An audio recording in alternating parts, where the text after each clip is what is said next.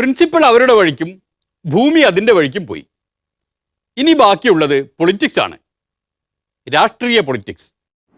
അതിനിടയ്ക്കാണ് BJP-ക്കാരും കൊണ്ട് അനുഭാവ സത്യാഗ്രഹം എന്ന് പറഞ്ഞ് നിരാഹാരത്തിലേക്ക് കൊണ്ടുപോയത്.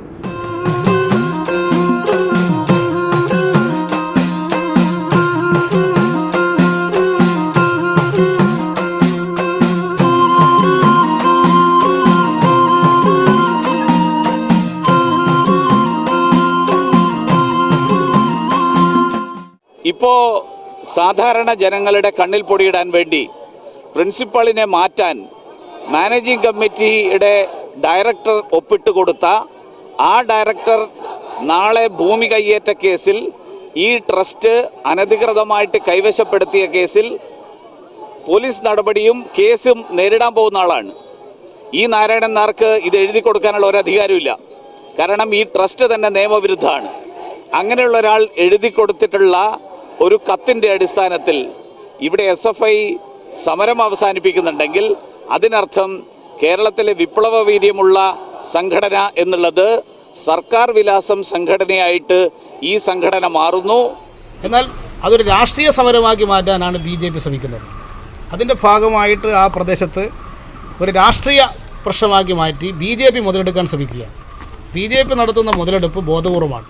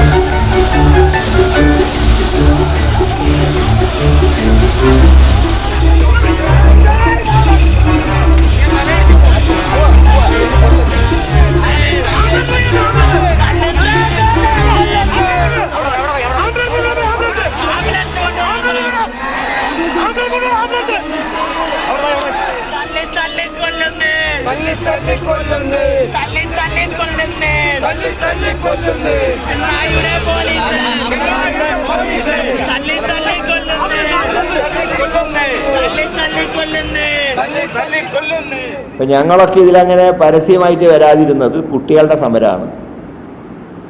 കുട്ടികളുടെ പ്രയാസങ്ങൾ മാനേജ്മെൻറ്റോ ഗവൺമെൻറ്റോ പരിഹരിക്കും എന്നുള്ളൊരു ധാരണയിലാണ് ഞങ്ങൾ ഈ സമരരംഗത്ത് പ്രത്യക്ഷമായിട്ട് വരാതിരുന്നത്. കാരണം കോളേജ് നല്ല രീതിയിൽ നടന്നു പോകണമല്ലോ, ഒരുപാട് കുട്ടികൾ പഠിക്കുന്ന കോളേജല്ലേ. ഞങ്ങൾ ആ ഒരു രാഷ്ട്രീയ മുതലെടുപ്പിന് നോക്കിയിട്ടില്ല. പക്ഷേ ഇന്നിപ്പോൾ നടക്കുന്നത് കേന്ദ്രം ഭരിക്കുന്നവരും സംസ്ഥാനം ഭരിക്കുന്നവരും തമ്മിലുള്ള ഒരു വടംവലിയായിട്ട് ഇപ്പോൾ പ്രശ്നം മാറി. കുട്ടികളൊരു ഭാഗത്ത് തങ്ങളുടെ പ്രശ്നങ്ങൾക്ക് പരിഹാരം കാണാതെ നിരാഹാരം കിടക്കുന്ന കുട്ടികളൊരു ഭാഗത്ത്, മറുഭാഗത്ത് മാനേജ്മെൻ്റ് ഭാഗത്ത് ഗവൺമെൻറ് അതിൻ്റെ പേരിൽ മുതലെടുപ്പ് നടത്താൻ, രാഷ്ട്രീയ മുതലെടുപ്പ് നടത്താൻ BJP. ഇതാണിപ്പോൾ അക്കാഡമിയിലെ സ്ഥിതി എന്ന് പറയുന്നത്. ഇനി അവിടെ ഒരു സൂചി കുത്താനുള്ള ഇടമുണ്ട്. മുരളിയേട്ടൻ വിചാരിച്ചാൽ തൂമ്പ കടത്താവുന്നതേയുള്ളൂ. BJP മുൻ അധ്യക്ഷൻ്റെ നിരാഹാരം കഴിഞ്ഞ് കഴിഞ്ഞാൽ അടുത്ത ഘട്ടം സമരം ഇനിയിപ്പോൾ ഭൂമിയിലേക്ക് സമരം നടത്താൻ പോകാമെന്നാണ് ലേറ്റസ്റ്റ് കിട്ടുന്ന വിവരം. ഇതൊക്കെ ഈ നിയോജകമണ്ഡലത്തിനെ സമരഭൂമിയാക്കാനുള്ള ശ്രമമാണ്. പക്ഷെ എന്തുകൊണ്ടാണ് ഗവൺമെൻറ് ഇത് മനസ്സിലാക്കുന്നില്ല?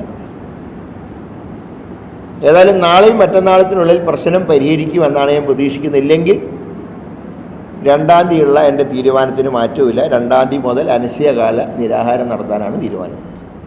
സ്ഥലം MLA എന്ന നിലയ്ക്ക് എനിക്കൊരു കാഴ്ചക്കാരനായിട്ട് നോക്കി നിൽക്കാൻ സാധ്യമല്ല.